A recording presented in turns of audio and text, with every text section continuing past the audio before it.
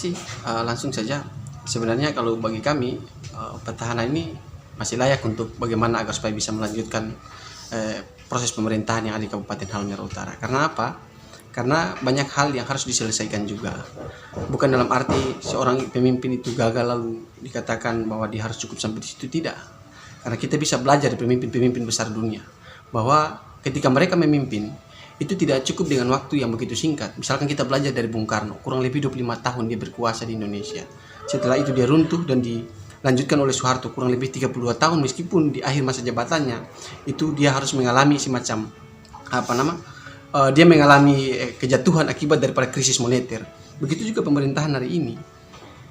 Kalau misalkan dengan waktu yang singkat, saya kira ini adalah bagian dari satu bentuk kekeliruan kita dalam memandang sebuah tahapan proses demokratisasi, terutama kita bicara soal pembangunan sumber daya manusia maupun pembangunan infrastruktur yang ada di Kabupaten Halmahera Utara. Selain itu,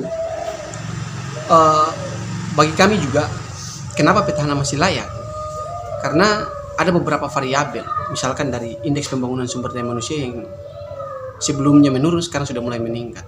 APBD yang sebelumnya di bawah rata-rata, sekarang sudah mulai meningkat. Indikator-indikator ini juga yang menjadi salah satu poin utama untuk bagaimana agar supaya petahana ini dapat melanjutkan pemerintahan yang kemudian bakal dihelat pada tahun 2020, tepatnya pada tanggal 9 Desember nanti. Mungkin itu. Misalkan ada yang mengatakan bahwa mereka tidak layak lagi untuk memimpin Halmahera Utara, saya kira ini adalah bagian daripada sebuah bentuk kekeliruan dan pembatasan terhadap hak asasi manusia seseorang. Padahal ini dijamin oleh konstitusi, dijamin oleh undang-undang dasar. Kecuali mereka ini adalah sudah tiga periode, itu mungkin sah-sah saja bahwa mereka sudah tidak harus atau tidak pantas lagi untuk melanjutkan karena dibatasi oleh konstitusi. Tapi kalau selama itu tidak dibatasi oleh konstitusi, saya kira I'm fine, tidak masalah. Why not? Tidak masalah. Jadi dilanjutkan saja kalau saya. Karena apa? Karena misalkan hari ini jikalau misalkan kita membatasi proses ini, saya kira ini adalah bagian daripada bentuk kekeliruan kita dalam berpikir dan memahami tentang konsepsi daripada sebuah demokrasi. Ini bicara soal suka tidak suka saja. Kalau misalkan orang bicara soal mereka harus melanjutkan atau tidak. Terkadang kita bisa mengatakan bahwa kita adalah bagian daripada representasi masyarakat yang kemudian menginginkan bahwa pemerintahan ini bisa berlanjut.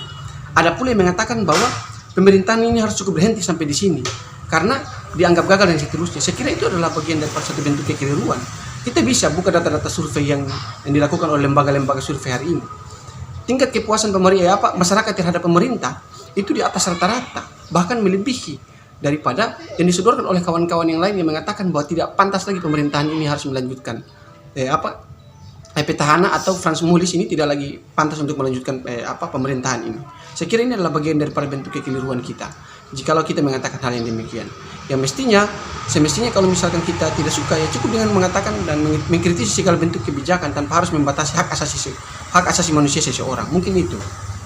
Apakah saudara meyakini bahwa ke depan pertarungan ini bisa dimenangkan oleh petahana?